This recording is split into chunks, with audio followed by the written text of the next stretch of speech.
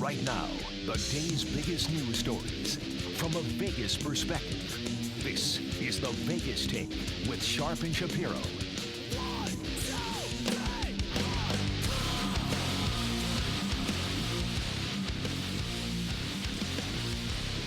What's up, everybody? Welcome. It is the Vegas Take, Sharp and Shapiro on a Monday. Glad you could join us. I'm sure y'all missed us over the weekend. Why am I saying y'all? The rodeo left town already, didn't it? Anyway, welcome You've said back. it 3 times. Welcome back to the show. That's the voice of J.D. Sharp. I am Brian Shapiro, and we got a lot to get to today, a lot to go over, including somebody putting an $80 million bounty on Donald Trump's head in Iran, and an American comedian making a joke about that, saying he would do it for $40 million. We'll talk about that. It's ridiculous. Coming up here in about 10 minutes. Michael Avenatti will be joining us at the bottom of the hour. Oh, boy, do we have a lot to get to with him in regards to not just this impeachment stuff, the legalities of that, but the legalities of what took place in Iran with General Salami, as I like to call him. That's what I'm going to refer to him now, General Salami, because that's what his body looks like in regards to that situation. And now the president wants to go after historical sites in Iran, thinks that's totally okay, even though it is completely against the law. I just want to get into the legalities of that with Michael Avenatti. And also, there was a judgment in the Nike case against Michael Avenatti. He has been tweeting about it, and we will ask him about it coming up here in just a little bit. Hour number 3.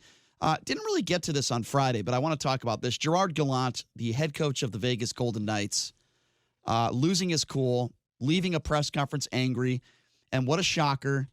I haven't really seen anybody in the media putting any accountability on Gerard Gallant. As I like to call him, one of the writers for the Review Journal, I like to call him Ed the Ass Kisser. I'll be explaining why his article is just that coming up in hour number 3. You heard about this hockey coach, Jim Montgomery, who got fired. They're now saying that, he's in alcohol. What do you call that? Alcohol rehabilitation, alcohol abuse. But they're still not saying what he did. So we're going to talk a little bit about that. Brett Smiley going to be joining us in hour number 3 as well. More states in this country are legalizing gambling. What does that mean for Las Vegas? We'll talk to Brett coming up here in just a little bit. A lot of NFL to get to in hour number 3 as well, and a little bit of college basketball. UNLV with another pretty good win over the weekend against Air Force. So we'll get to all that stuff coming up here in just a little bit. But I want to start off with the Golden Globe. As you know, the biggest stars in TV and film gathered in Beverly Hills, kicking off the 2020 award season with the highly coveted Golden Globes. And Ricky Gervais certainly wasted no time laying into Hollywood, or as I would like to say, the Hollywood elite.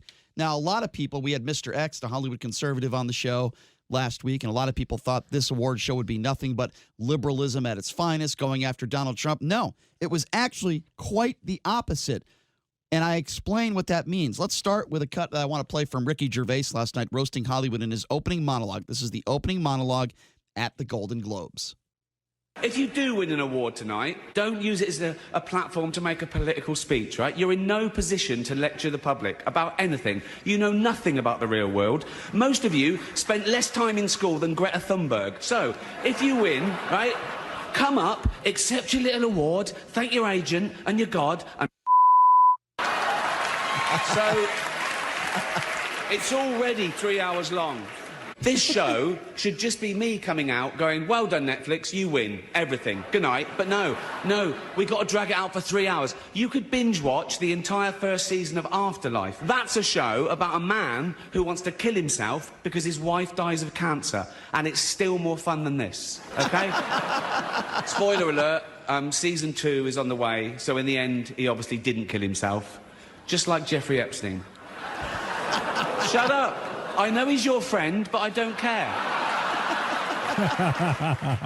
That's awesome. Ricky Gervais is fantastic. And I think if you're going to make fun of Donald Trump, if you're going to make fun of Republicans, if you're going to make fun of the right, you have to be able to make fun of yourself and make fun of the left. And nobody can claim that didn't happen. Now, of course, actor Joaquin Phoenix, who is an unbelievable actor, did a fantastic job in the movie The Joker. He actually went after Hollywood hypocrites who support climate change. Have a listen to this. But I think together, hopefully, we can be unified and actually make some changes. It's great to vote.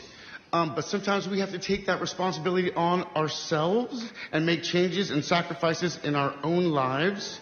And I hope that we can do that. We don't have to take private jets to Palm Springs for the awards sometimes or back, please. And I'll try to do better, and I hope you will too. Thank you so much for putting up with me. I'm so grateful. I'm so grateful for this night and all of you. Thank you. Private jets to Palm Springs. That was a cheap shot to some of the liberals that were in the audience. I thought it was kind of funny. But listen, nobody on the right can say that, people were going after Trump. In fact, really nobody went after Donald Trump. They didn't talk about Iran. They didn't talk about the impeachment process. They didn't talk about who I like to, describe him as the scumbag, the president of the United States. Nobody did that.